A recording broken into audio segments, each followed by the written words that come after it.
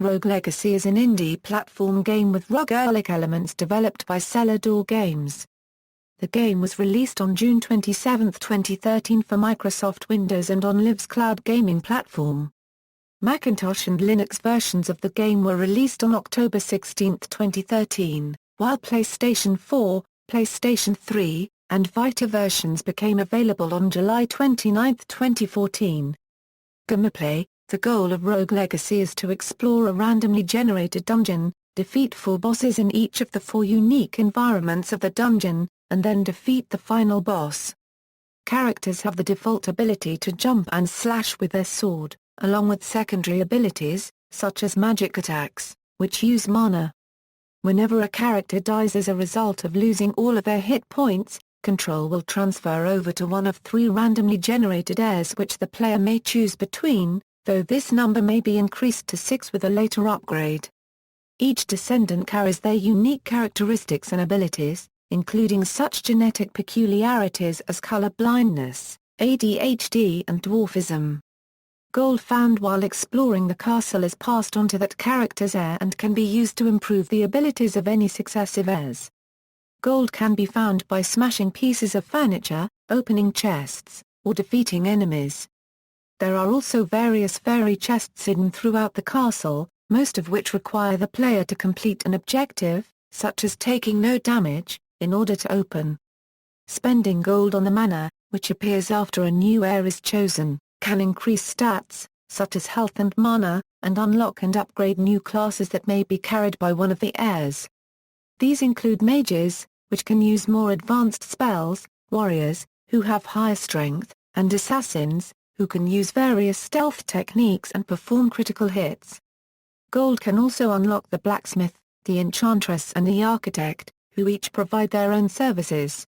The blacksmith can use blueprints found in the castle to create new armor and equipment for the player, improving their stats. Similarly, the enchantress can use runes found in fairy chests to give the player enhancements, unlocking additional abilities such as double jumping and dashing. Finally, the architect can lock down the design of a previously encountered castle in exchange for a percentage of any gold found. Any unspent gold must be paid to Karen in order to enter the castle, though upgrades can reduce the amount required to pay.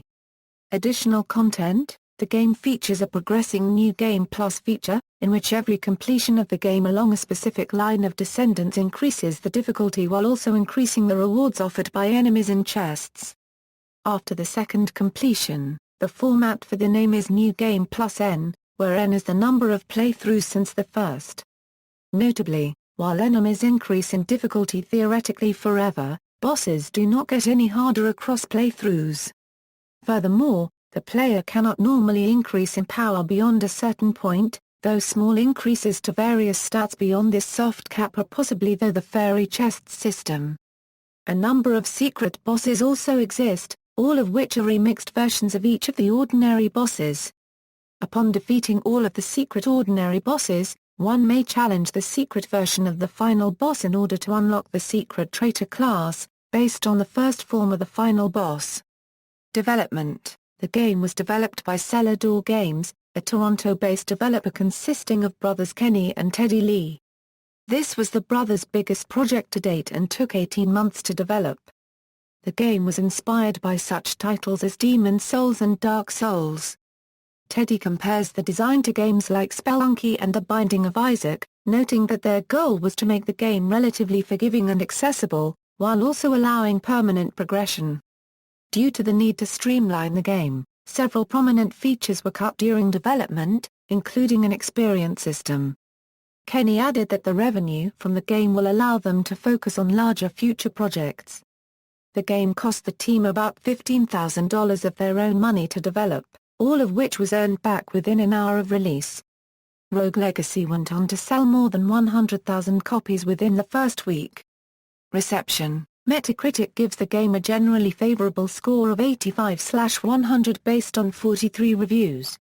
Game Rankings gives the game a score of 84 based on 25 reviews. Mitchell Saltzman of Gamefront describes the game as insanely hard for the unprepared. Philip Collar of Polygon and Mike Spletter of GameZone mentioned the short lifespans of their characters, and Scott Nichols of Digital Spy expressed frustration when first starting out. Other reviewers remarked that the game actually encourages these short runs while rewarding the player via the broader progression system. Ryan Stevens of Game Trailers described the game as riding the line of frustration and fun. Saltzman concludes that difficulty may be a turn-off to those who get frustrated easily. William Schwartz of Attack of the Fanboy cited the PlayStation version in his verdict of the title, where he said this PlayStation release of Rogue Legacy is undoubtedly the definitive release of the game. References. External links: Rogue Legacy, Cellar Door Games.